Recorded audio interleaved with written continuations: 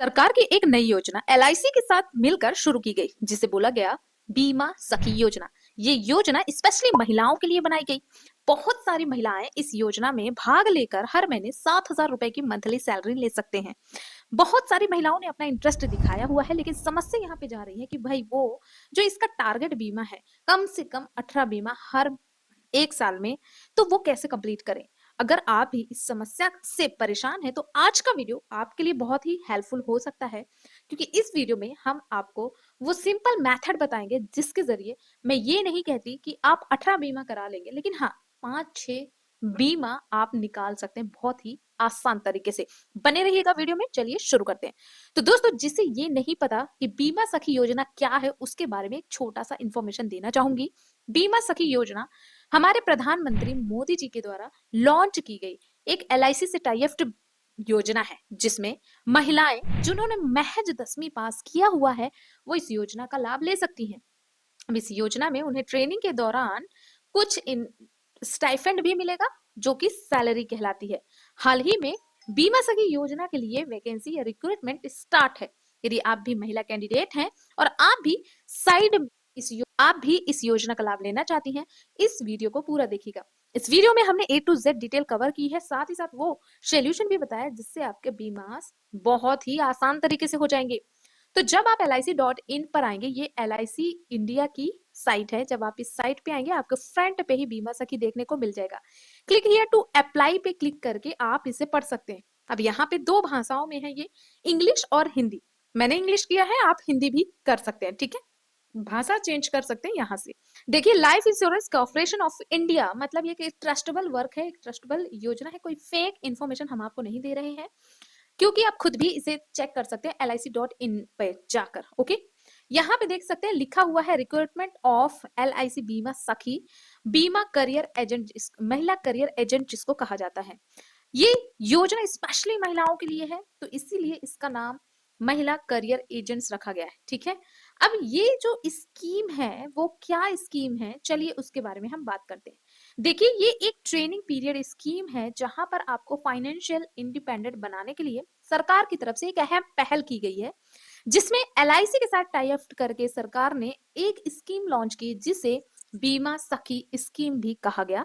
इसे शॉर्ट में MCA scheme भी कहते हैं। ये जो स्कीम है ये स्टाइपेंड स्कीम है, मतलब आपको ट्रेनिंग के दौरान यहाँ पे पेमेंट या पैसा दिया जाएगा। ट्रेनिंग का जो टाइमिंग है वो 3 साल का है, जिसमें आपको सिखाया जाता है कि किस तरीके से एजेंट के जो होते हैं, LIC के वर्कर्स होते हैं, वो काम करते हैं, ठीक है। इस योजना में पार्टिसिपेट करने के लिए एक एज निर्धारित की गई है। यदि आप महज 18 साल की हैं तो आप इस योजना में भाग ले सकती हैं, और अगर आपकी उम्र 70 वर्ष भी हो गई है तो भी आप इस योजना का लाभ ले सकते हैं।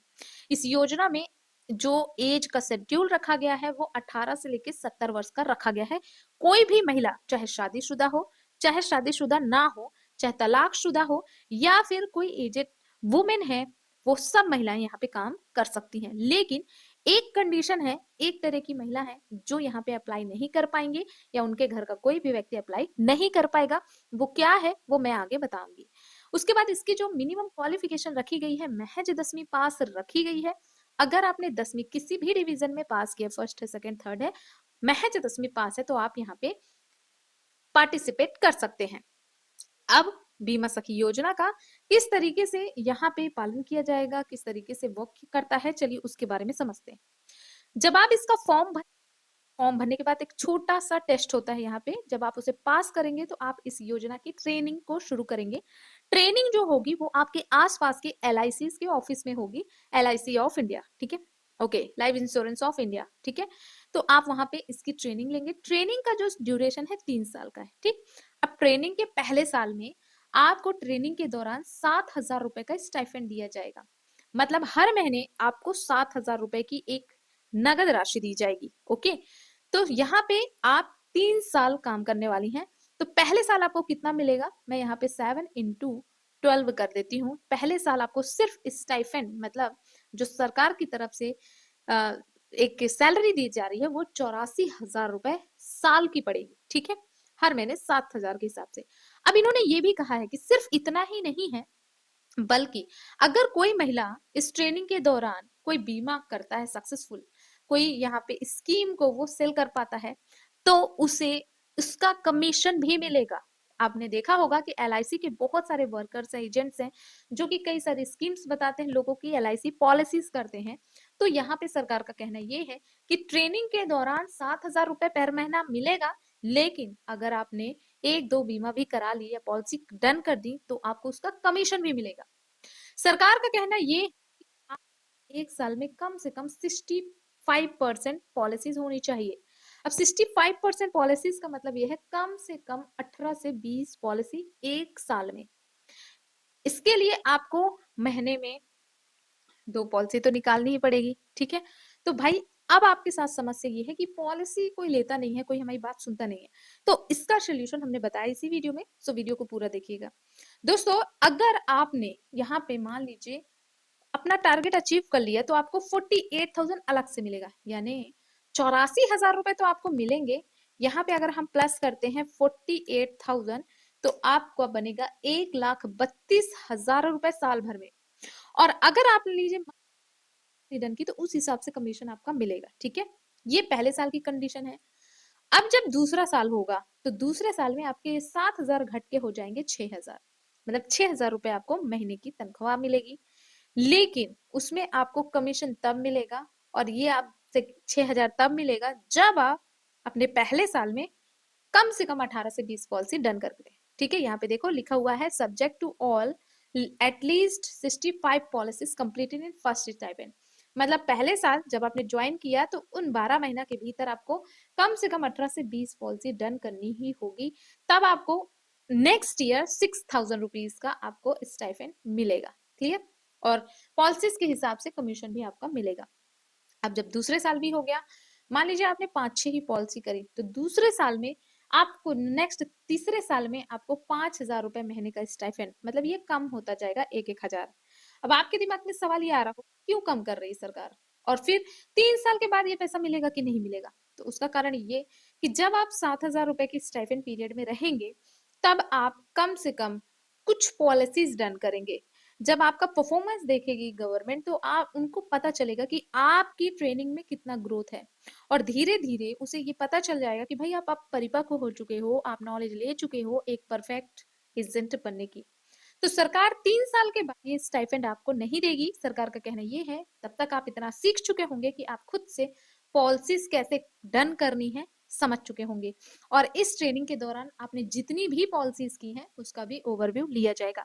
इस वजह से सरकार की तरफ से तीसरे साल के बाद आपको स्टाइपेंड नहीं मिलेगा, लेकिन हाँ अगर आप कोई और पॉलिसीज करते हैं डन तो उसका कमीशन आपको मिलता रहेगा। एलआईसी में जो भी पॉलिसीज की जाती हैं, जो कस्टमर होता है जितनी बार उसका प्रीमियम भरता है उसका कुछ कमीशन एजेंट को मिलता रहता है, ये एक बेस्ट पार्ट होती है, क्लियर।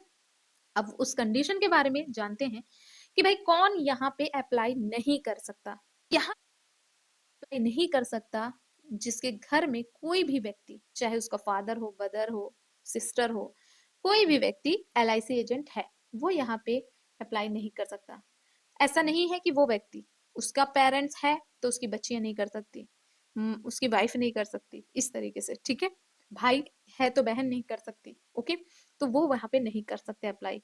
दूसरा, मान लीजिए कोई एलआईसी एजेंट था और वो अब रिटायर्ड हो चुका है, एक्स एजेंट हो चुका है, तो वहां पे भी कोई अप्लाई नहीं कर पाएगा इस स्कीम में, ठीक है, ओके।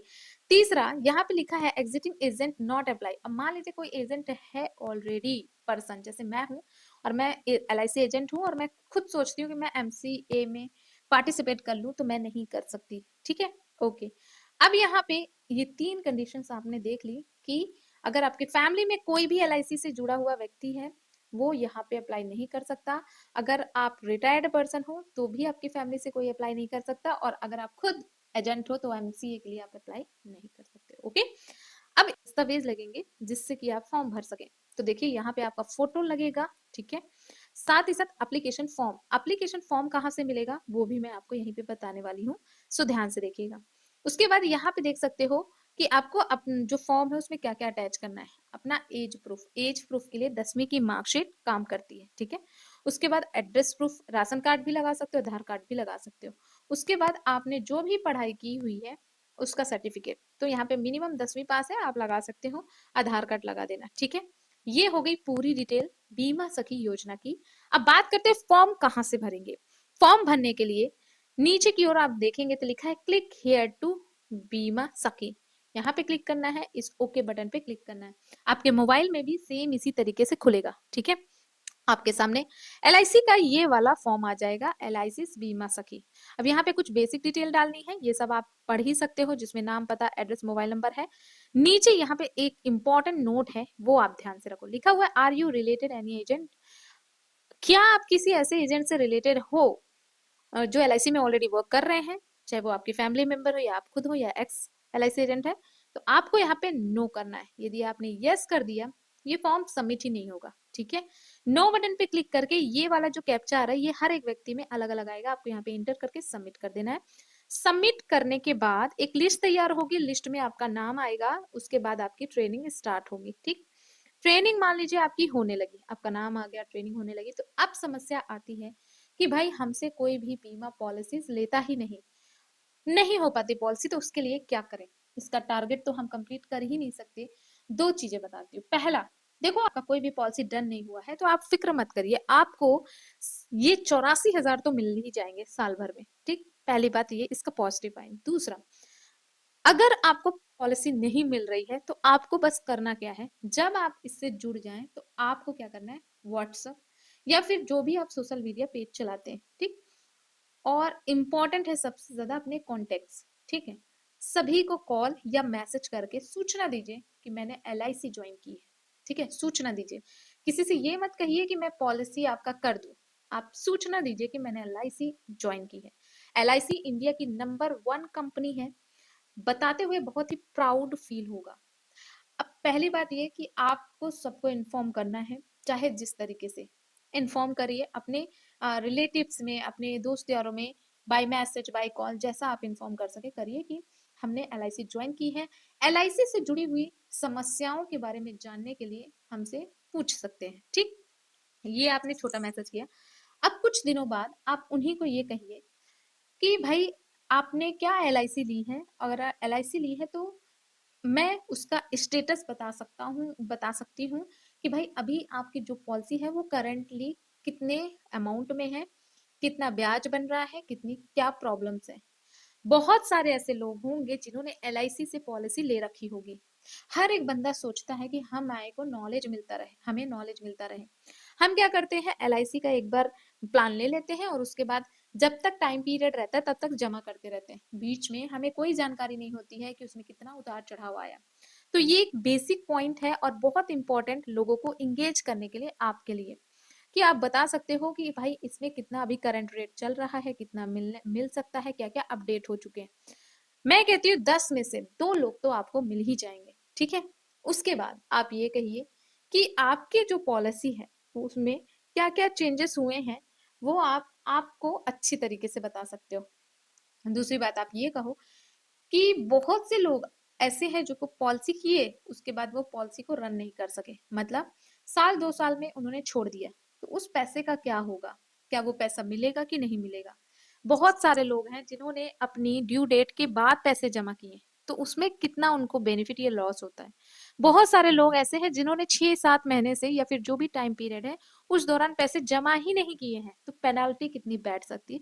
अगर आप ये इंपॉर्टेंट चीजों को पकड़ोगे ना, लोग आप पे क्या होंगे, इंगेज होने लगेंगे, इंटरेस्ट लगेगा उनको, और जब आप एक्चुअल चीजें बता पाओगे तब लोग इम्प्रेस भी होंगे, और फिर आप नई पॉलिसी की बात कर सकते हैं। तो इस तरीके से इंगेजिंग बनाना पड़ेगा खुद को, कम्युनिकेट करके लोगों को, और ऐसा आप दूसरे लोगों के साथ भी फिर धीरे धीरे प्रैक्टिस करते हुए कर सकते हैं। ओके, फिर आप सोशल मीडिया में आप ये डाल सकते हो, पोल बना सकते हो, बहुत सारी चीजें हैं। ओके, तो ऐसे आप अपनी पॉलिसी यहाँ पे इंक्रीज कर सकते हो और इस टारगेट को अचीव कर सकते हो। आई होप आज की जानकारी बहुत ही सटीक लगी आपको, इन्फॉर्मेटिव लगी हो वीडियो तो लाइक करिएगा। ऐसी इन्फॉर्मेटिव वीडियो के लिए चैनल को सब्सक्राइब करना मत भूलिएगा। मिलते हैं अगली वीडियो में। Thank you.